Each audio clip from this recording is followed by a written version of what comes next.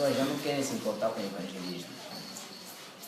Todo mundo está mais no divertimento do que no evangelismo. Mas são todos bem-aventurados aqueles que saem para o campo.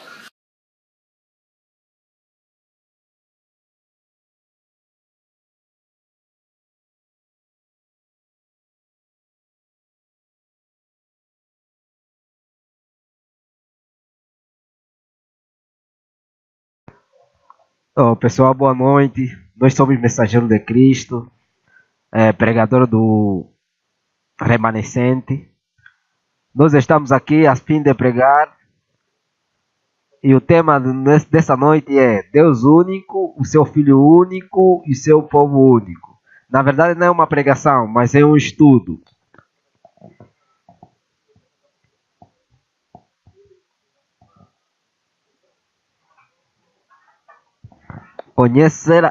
Conheça a verdade de Deus e o seu Filho, o seu povo. Conhece Deus único. Deus é uma ou mais pessoas? Uma pergunta. Primeira pergunta do nosso estudo. E não há outro Deus senão eu. Deus justo e Salvador não há além de mim. Olhai para mim e sede salvos, vós todos os termos da terra, porque eu sou Deus e não há outro. Isaías 45, 21, 22. Isaías 45, 5 e 18. Deuteronômio 32, versículo 39. Isaías 46, 8. Primeiras de Crônicas 17, 20. Segunda pergunta. Para o apóstolo Paulo, Deus é um só? Ou Deus são três? Respondemos, em que não há outro Deus senão um só. Todavia, para nós há um só Deus, o Pai, e um só Senhor Jesus Cristo. 1 Coríntios 8, 4, 6. Um só Deus, o Pai de todos, o qual é sobre todos e por todos, em todos. Efésios 4, 6. Romanos 3, 30. 1 Timóteo 2, 5. Tiago 2, 19. Gálatas 3, 20. Então nós vimos no Antigo Testamento, há um só Deus, o Pai, e no Novo Testamento os apóstolos também a dizer a mesma coisa, há um só Deus, o Pai, e um só Senhor Jesus Cristo. Nós vimos no Antigo como no Novo, nas duas questões, que não há três deuses. Só há um Deus, o Pai. Quando nós estamos a falar de Deus, estamos a se referir apenas no Pai. E o seu Filho, que é Jesus Cristo, o Filho gerado. Terceira questão. Para o apóstolo Paulo, Deus é único. Respondemos, há um Deus único, o sábio, seja dada a glória por meio de Jesus Cristo. Romanos 16, 17 e 1 Timóteo 1, 17. Há único Deus. A quarta questão, para o nosso Senhor Jesus Cristo, Deus é único? Respondeu-lhe Jesus, o principal de todos os mandamentos é, óbvio Israel, o Senhor nosso Deus é o único Senhor. Marcos 12, 29 a 32. Ora, a vida eterna é esta, que te conheça a ti, o único Deus verdadeiro, e a Jesus Cristo a quem enviaste. João 17:3 e João 5:42. Então vimos aqui a quarta questão a dizer, o próprio Jesus a referir a Deus. Ele só diz que há um só Deus. A quinta disse assim, quantos deuses existem? Um só Deus, o Pai, de todos, o qual sobre todos. Efésios 4, versículo 6. Todavia, para nós há um só Deus, o Pai. 1 Coríntios 8, 6. Então,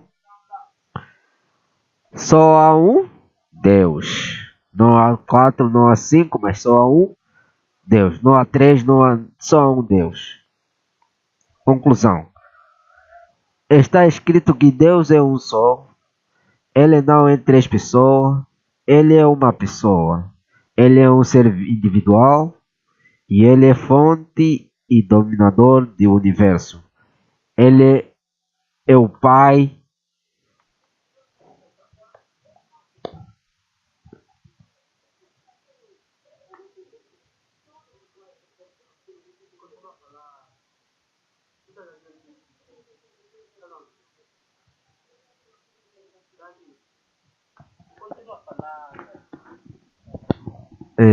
Ao Rei dos séculos, imortal, invisível, ao único Deus, seja honra e glória para todos sempre. Amém. Então nós vimos aqui a conclusão que há um só Deus. Não há três, mas há um só. Pessoal, individual, invisível. O seu único filho. Esse é outro subtema. Então nós vimos que há um só Deus lá, que nós acabamos de aprender. E agora vamos ver que há um só único filho. Primeira questão vem a origem de Deus. Aqui temos, antes que os montes nascessem ou que formassem a terra e o mundo, da eternidade à eternidade tu és Deus. Salmo 90, versículo 12. Então, Deus não tem origem. Ele é da eternidade à eternidade. Qual é a origem do divino Filho de Deus? Mas tu, Belém, Efrata, posto em que pequenos entre os milhares de Judá, de ti me sairá aquele que há de reinar em Israel, e cuja origem são desde os tempos antigos, desde os dias da eternidade. Miqueias 5, versículo 2. Nota, a Bíblia não fala que o Pai tem uma origem, porém, em relação ao Filho, diz que a sua origem são dos tempos antigos, nos dias da eternidade. Então, essa é a diferença. O Deus não tem princípios, né? Mas Jesus Cristo é dos dias da eternidade. Terceira questão. O que diz o apóstolo em relação ao divino Filho de Deus?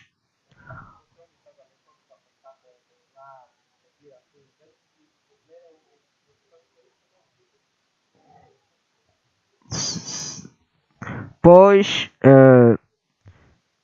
todos os anjos dizem jamais, tu és o filho e eu hoje te gerei. Hebreu 1, versículo 5.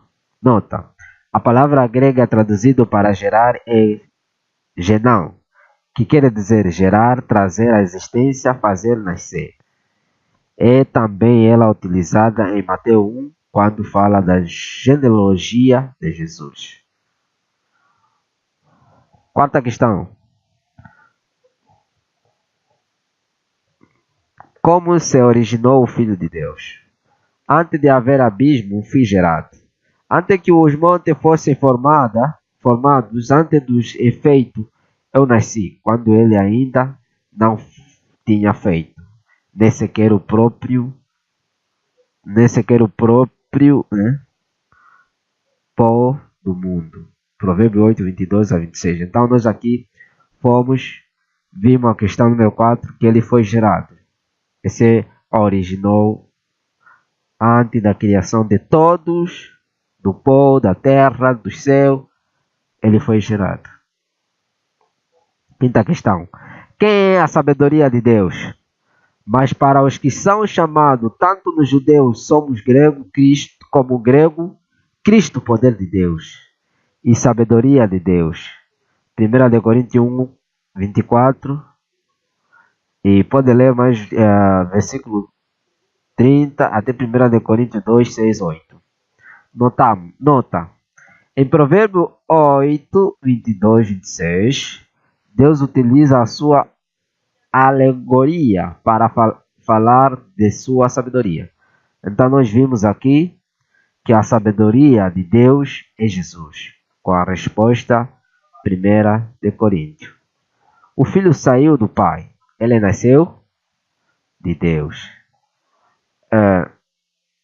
porque lhe dei as palavras que tu me deste, e eles a receberam, e têm verdadeiramente conhecido que saí de ti, e creram que me enviaste. João 17:8, 1 de João 5:18. Então, o Filho saiu do Pai. Jesus, antes de se vaziar e vir à terra, como homem, tinha a forma de quem no céu? Responda. Ele, Jesus, sempre teve a mesma natureza de Deus, mas não insistiu em ser igual a Deus. Filipenses 2:6. Então, ele sempre teve a mesma forma de Deus. Está aí a nota embaixo, explicando que ele sempre teve a mesma forma de Deus. Na criação, quem estava com Deus? Essa é outra questão. Quem estava com Deus na criação? A resposta está aqui. Quando ele preparava os céus, aí estava eu. Quando traçava o círculo sobre a face do abismo, então eu estava ao seu lado como arquiteto. E era cada dia a sua delícia, alegrando-me perante ele em todo tempo. Provérbio 8, 27, 30. Quem encerrou os ventos nos seus punhos? E quem amarrou as águas nos seus mantos? Quem estabeleceu todas as extremidades na terra? Qual é o seu nome e qual é o seu nome do seu filho? Provérbio 30, versículo 4. Então nós vemos aí o nome do filho e o nome do seu pai. Deus criou todas as coisas através de quem ou por quem? Havendo Deus antigamente falado muitas vezes nesses últimos dias, a nós nos falou pelo Filho, a quem constitui herdeiro de todas as coisas, e por quem fez também o mundo. Hebreu 1, 2. Então nós chegamos a uma conclusão. Essa aqui, Jesus Cristo é o Filho de Deus, e Deus fez todas as coisas por intermédio do seu Filho. O que o Filho de Deus tinha antes que houvesse o mundo? Agora, pois, glorifica-me tu, ó Pai, junto de ti mesmo, com aquela glória que eu tinha contigo antes que o mundo existisse. Então, contigo ela tinha a glória. Tem aí os textos, João 17:5, 17:24 e 5:42. Está aí? Ele era a glória como antes. Além de glória, o que o Pai concedeu também ao seu Filho? O Pai tem a vida em si mesmo, e assim também concedeu o seu Filho ter vida em si mesmo. Então, o Pai concedeu a vida no seu Filho. Está aí João 5:27. O Pai ama o Filho e todas as coisas entregou à sua mão. Então, está aqui, deu a vida. O Pai, porque sai a vida em si mesmo, do mesmo modo que o Filho também tem a vida em si mesmo. Concluímos. Deus eterno, o Todo-Poderoso, o imortal, o único, aquele que nunca foi visto, tem um Filho gerado dele no princípio.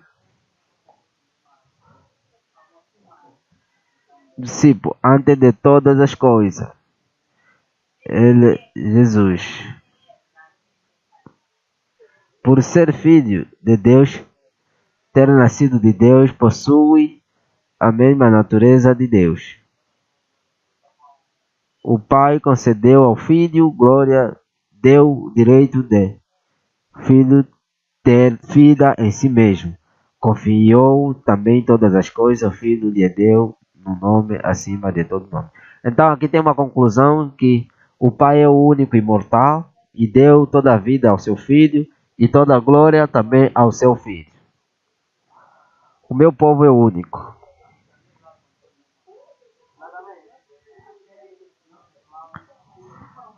O povo único. Qual é a primeira grande característica do povo, o remanescente de Deus que subsistirá na cena final da história deste mundo.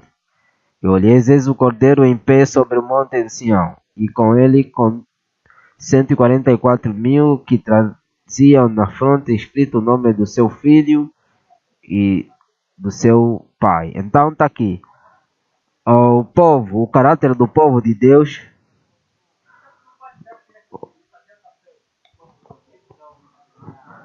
Aqui temos em que a característica do povo remanescente é porque tem o nome de Jesus e tem o nome do seu pai. Tá aqui a nota, vocês podem ver. Qual é a segunda grande característica do povo remanescente de Deus? Aqui está a perseverança dos santos, daqueles que guardam os mandamentos de Deus e a fé em Jesus Cristo. Apocalipse 14, versículo 12. Então, está aqui.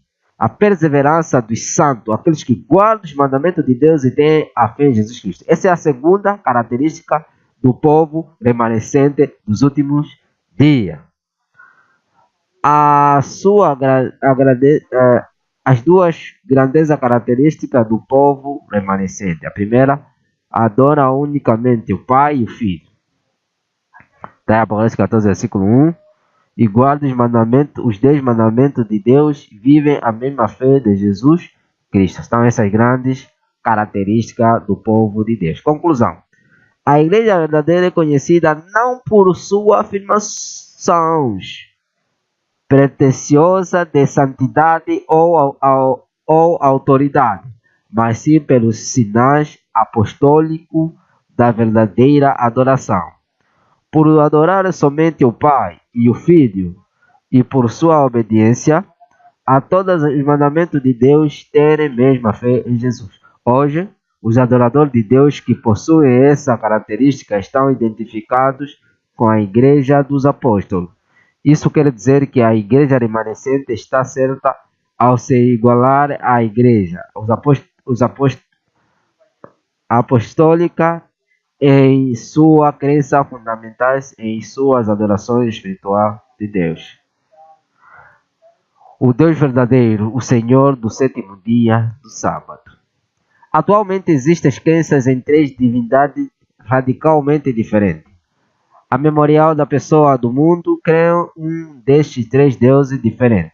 Cada um deles se considera Deus verdadeiro, mas apenas um Deus é verdadeiro. Os outros são os frutos da imaginação dos homens, humana e de todos e dos anjos caídos. 1.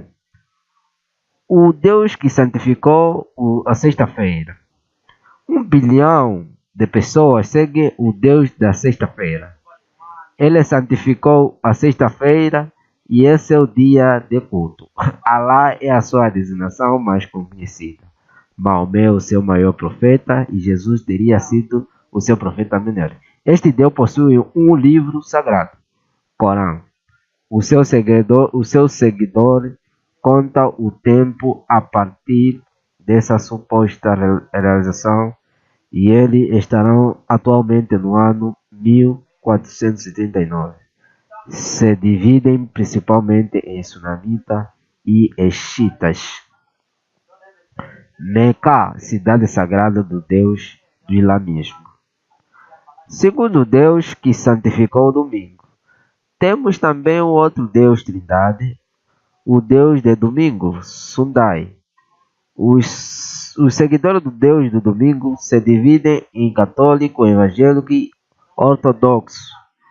A maioria dos seus seguidores ensinam que eles teriam sido o mesmo Deus do judeu, mas alterou as suas leis radicalmente e trocou Jerusalém por Roma como a sua nova sede eterna. O Deus do domingo ensina que a Igreja Católica deve ser obedecida pois seria a Igreja verdadeira. Existem muitas crenças diferenciadas sobre Deus do domingo, mas a Igreja Católica é a principal organização que conta também com o 1º bilhão de seguidores. Eles contam o tempo a partir da chegada do Messias e estão atualmente em 2018. O domingo é a nossa marca de autoridade. A Igreja de Roma está em cima da Bíblia. E esta transferência da observância do sábado para o domingo é a prova desse fato. Catolicismo de hoje. Tá. Então nós vimos aqui já duas igrejas, né? Um grupo que tem um Deus como lá e o profeta como Maomé e o livro como Alcorão, e vemos são 1 bilhão de habitantes, muita gente. E o Deus dele santificou a sexta-feira. Agora o Deus de domingo é a Trindade, né? E começou também no tempo de Cristo, e dizem que a sede agora está em Roma. Isso é falsa, e a Babilônia é conhecida no cristianismo. E as coisas mais audazes, a mudança mais revolucionária que a igreja fez e aconteceu no primeiro século. E o dia santo, sábado, foi alterado do sábado para o domingo. Não a partir de instruções dadas nas escrituras, mas pela percepção que a igreja tem do seu próprio poder. Aquelas pessoas que pensam que as escrituras deveriam ser única autoridade, deveriam logicamente tornar-se adventista do sétimo dia. Olha aqui essa aqui. Diz que a igreja tem a autoridade de mudar o sábado para o domingo. Mas infelizmente muitos protestantes que estudam a Bíblia também deveriam se tornar adventistas do sétimo dia. Mas infelizmente seguem o que a besta ensina. Então a Roma está aqui, o Deus do domingo está aqui. A sede é na Roma. A cidade sagrada do Deus do domingo está aqui na Roma. E o Deus que santificou o sábado. O Deus que santificou o sábado. Temos um terceiro Deus, único, o Deus do sábado. Ele teria sido o mesmo Deus dos judeus, que enviou o seu filho e a terra, mas manteve a sua lei e não terá da posição eterna. Esse é o Deus único, apresentado na Bíblia. A sua capital está no céu. É a Nova Jerusalém, feita de ouro e com portas de pérola, conforme Apocalipse 21. Jesus, o Filho de Deus, sabático, voltará uma segunda vez para levar o seu povo, o seu filho, para Jerusalém celestial. A sua cidade não é na terra, mas no céu. O seguidor do Deus único crê na criação do mundo em 6 dias literal. Portanto, enfatizam que a humanidade tem aproximadamente 6.000 anos apenas. Nova Jerusalém é a capital do Deus do sábado. A igreja de Babilônia é o papado. Serve às nações o vinho do cálice da sua doutrina adulterada. Com essa doutrina falsa, os papados têm embriagados a igreja protestante e evangélica. Vejamos alguns exemplos de muitos que, lamentável existente, constantaremos a doutrina pura com a adulteração para facilitar a compreensão. Daqui, a doutrina pura da Bíblia e a falsa doutrina. Temos a doutrina pura, Deus Pai, único Deus verdadeiro. Está os textos bíblicos. Jesus Cristo é o único Filho de Deus, ou seja, ele foi gerado pelo Pai. O Espírito Santo é o Espírito de Deus e de Cristo. Romanos 8, 9, João 15, 26, João 20, 22, Pedro 1, 10, 12, Atos 16, 6, 7. O quarto mandamento da lei de Deus ensina a observância do sábado, Êxodo 28, 11. Ezequiel 20, 12 até 20, Lucas 4, 16. E a alma mortal, Jó 11, 11, 14, Eclesiastes 9, 5, 6, Hebreu 9, 27. As falsas doutrinas, né? As falsas doutrinas estão aqui.